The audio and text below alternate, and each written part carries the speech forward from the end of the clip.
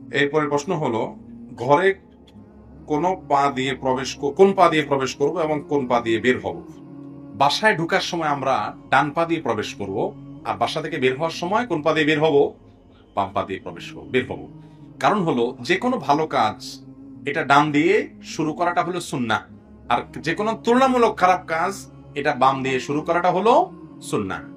খারাপ কাজ বলতে এখানে গুনাহের কাজ না, খারাপ কাজ মানে হলো ঘরের বাহিরের চাইতে ভেতরটা সেফ।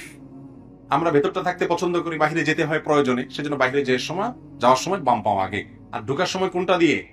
ডান পা দিয়ে। এত ছোট ছোট সূক্ষ্ম সূক্ষ্ম বিষয়গুলো পর্যন্ত ইসলাম আমাদেরকে পরিষ্কার ধারণা দিয়েছে।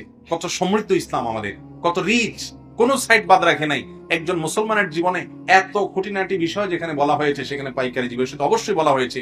এই জন্য মুসলমান তার লাইফস্টাইলের জন্য কোনো কারোর কাছে ধর্ণা দেওয়ার দরকার নাই। ও তরুণ যুবক ভাইরা, আপনি মুসলিম, আপনাকে এমন লাইফস্টাইল নবী করিম সাল্লাল্লাহু আলাইহি ওয়াসাল্লাম দিয়ে গেছেন যেটা 1400 বছর পরে, 1450 বছর পরেও বাস্তব এবং যথার্থ এবং সর্বোপযুক্ত, কিয়ামত পর্যন্ত এটার উপযুক্ততা বহাল থাকবে। অতএব আপনার জন্য লাইফস্টাইল, সর্বোত্তম লাইফস্টাইল হলো সুন্নাহ লাইফস্টাইল, নবী করিম সাল্লাল্লাহু আলাইহি সাল্লামের কি ভাই লাইফস্টাইল। অতএব সেই লাইফস্টাইল আমরা ধারণ করবো ইনশাআল্লাহ।